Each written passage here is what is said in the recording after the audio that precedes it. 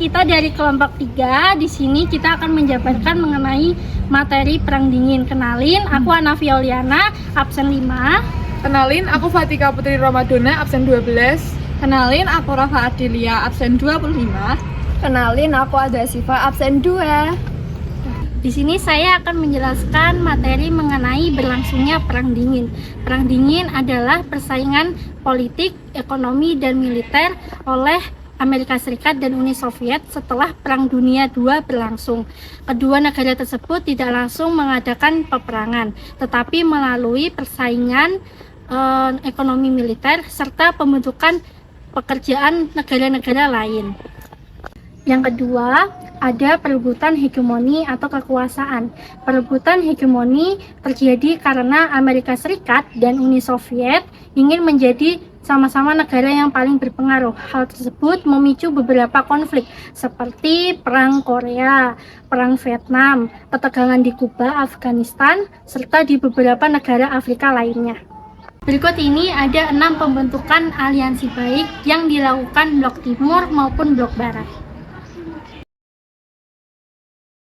Kegiatan sionisme atau mata-mata yaitu perebutan pengaruh global atau hegemoni antara Amerika Serikat dan Uni Soviet yang didukung penuh oleh badan intelijen masing-masing.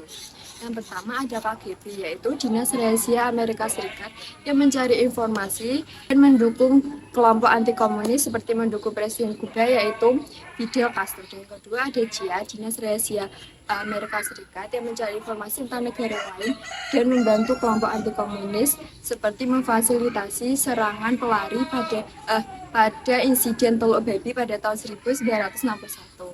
Perlombaan teknologi persenjataan dan ruang angkasa. Persaingan militer ini disebut dengan istilah balance of power atau keseimbangan kekuatan. Dengan kedua belah pihak ini saling memamerkan tentang persenjataan nuklirnya.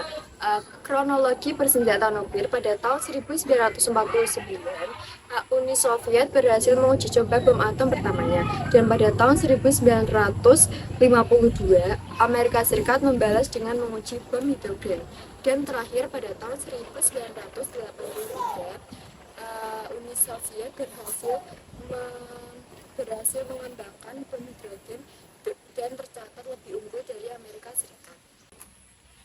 Upaya kedua negara adidaya yaitu terdapat bentuk-bentuk persetujuannya, antara lain satu, perjanjian non-proliferasi nuklir, dan kedua, perjanjian pembatasan persenjataan strategis 1, dan kedua, kemudian ada perjanjian pengurangan persenjataan strategis. Upaya regional pada tahun 1995 yaitu kawasan bebas bersenjata nuklir Asia Tenggara yang ditandatangani di Bangkok untuk mengawasi bagian Asia Tenggara tidak terkena perang nuklir. Dampak Perang Dingin di bidang ekonomi dan politik global. Berakhirnya Perang Dingin memberikan dampak yang cukup besar di berbagai daerah. Yang pertama, adanya perubahan di Eropa Timur, Rusia, dan di Jerman. Mereka berupaya untuk mengakhiri kekuasaan secara komunis dan dominasi di Uni Soviet di daerah tertentu.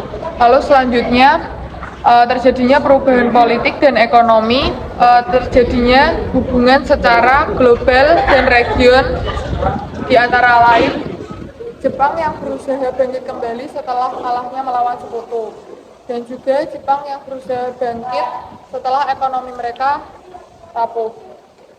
Dan pada akhirnya Jepang mengambil alih perekonomian di Amerika Serikat.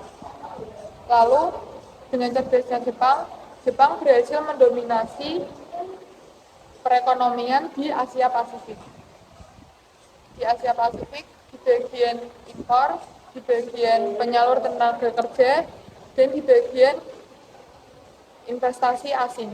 Investasi asing yang masih dipertahankan oleh Jepang, diantaranya adanya berdirinya ASEAN, berdirinya GNP, dan berdirinya European Union. Lalu selanjutnya, munculnya ketergantungan satu sama lain sehingga transformasi kepemimpinan silih berganti. Lalu munculnya nilai dan tatanan baru di dunia yang lebih aman, tentram, dan damai. Lalu terjadinya kerjasama antara dua blok, yaitu blok selatan dan blok utara. Dampak positif dari Perang Dingin yang pertama di bidang ekonomi, negara-negara yang memiliki modal menanamkan modalnya ke negara-negara yang berkembang, kemudian mendapatkan keuntungan yang sangat besar. Kemudian negara-negara yang bermodal tersebut memodalkan modalnya ke negara-negara yang berinvestasi dan berkembang tumbuh pesat. Kemudian muncullah istilah geologis ekonomi yang seperti contohnya menyatukan mata uang euro di wilayah Eropa. Kedua, di bidang militer, negara-negara yang berseteru kemudian meningkatkan persenjataan untuk membela negara dan memperlindungi negara masing-masing dari negara-negara lainnya. Ketiga, dalam bidang sosial budaya, isu hak asasi manusia mulai mengglobal dan mulai dipercaya oleh undang-undang. Kemudian penginjakan terhadap rakyat-rakyat yang rendah mulai berkurang. Rakyat juga semakin percaya dengan sistem demokrasi dan hak asasi manusia.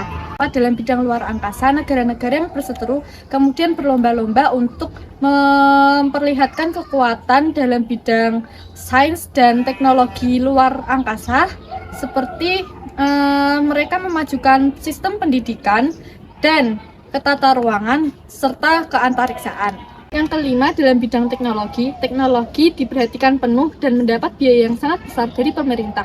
Kemudian teknologi modern diarahkan untuk mencapai tujuan nasional seperti dalam bidang pendidikan, militer, maupun pencarian sumber daya alam untuk memelihara benda secara massal.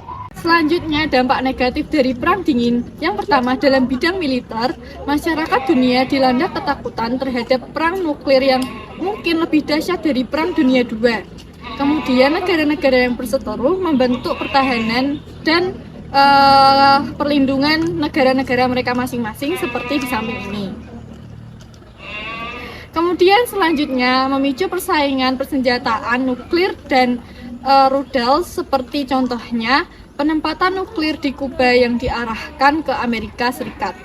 Kedua, di bidang politik, Amerika Serikat mengubah negaranya menjadi demokrasi kapitalis, sedangkan Uni Soviet mengubah negaranya menjadi sosial komunis. Kemudian, Jerman dibagi menjadi dua bagian, yang pertama Jerman Barat dan yang kedua Jerman Timur. Namun, Jerman Barat negaranya jauh lebih berkembang, sehingga Jerman Timur ingin sekali pindah ke Jerman Barat.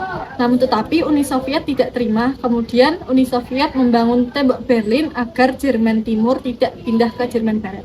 Dalam bidang ekonomi, Amerika Serikat dan Uni Soviet berlomba-lomba untuk memberikan bantuan kepada negara-negara yang berkembang dan negara-negara sasaran, guna untuk memperluas pengaruh negara mereka.